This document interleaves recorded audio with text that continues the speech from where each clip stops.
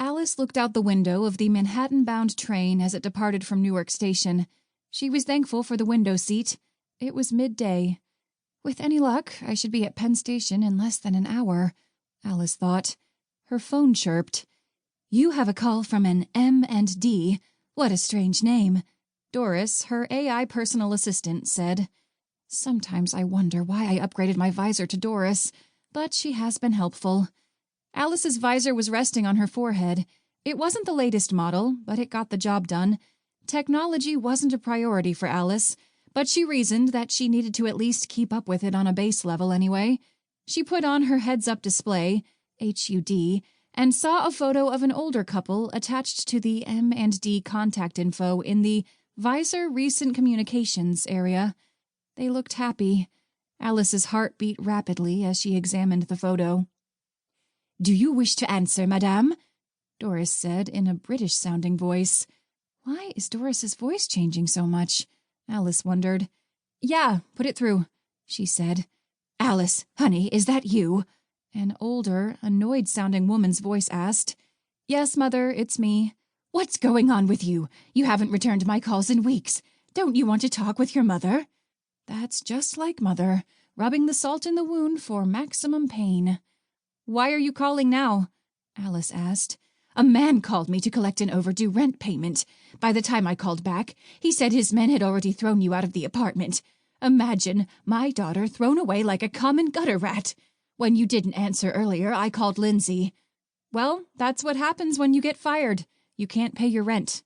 Johnny fired you?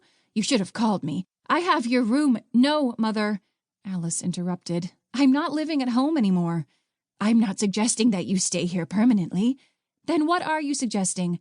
I already have a new job, and I'm staying at Lindsay's temporarily until I get a few paychecks. It's not right. Family needs to stick together. Alice rolled her eyes. I knew I shouldn't have accepted the call. Stop it. You always do this, Alice said. Well, I have no idea what you're talking about, Alice's mother said. Ever since Dad... Alice trailed off. I miss him too, dear. We should meet for brunch at St. Pierre's this Sunday. I will make all of the arrangements. That is your favorite restaurant, if I'm not mistaken. Alice didn't say anything for a long time. Okay, if we have brunch this Sunday, will you promise not to bring up the apartment or me moving in with you again? I know you want to live that exciting life in the city, despite not being able to afford it. I will support your decision. Thanks, Mother. I need to go now, Alice said as she ended the connection. A sharp pain started from behind her left eye and seemed to work its way to the back of her head. No, not the headaches again.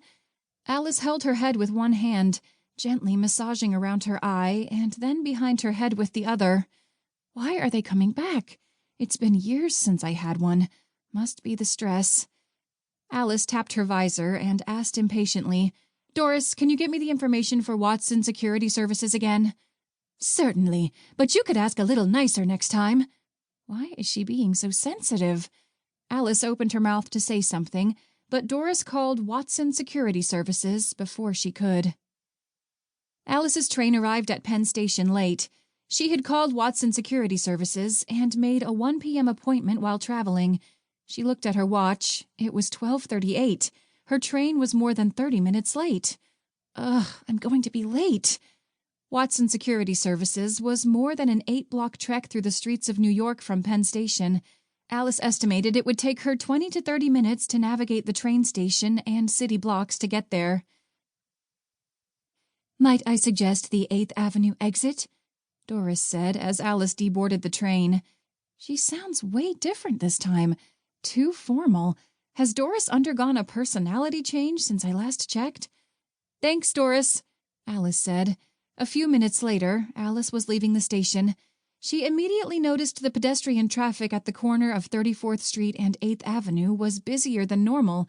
However, there weren't any cars blocking the crosswalk like there usually were. She stepped onto the crosswalk, determined to make the light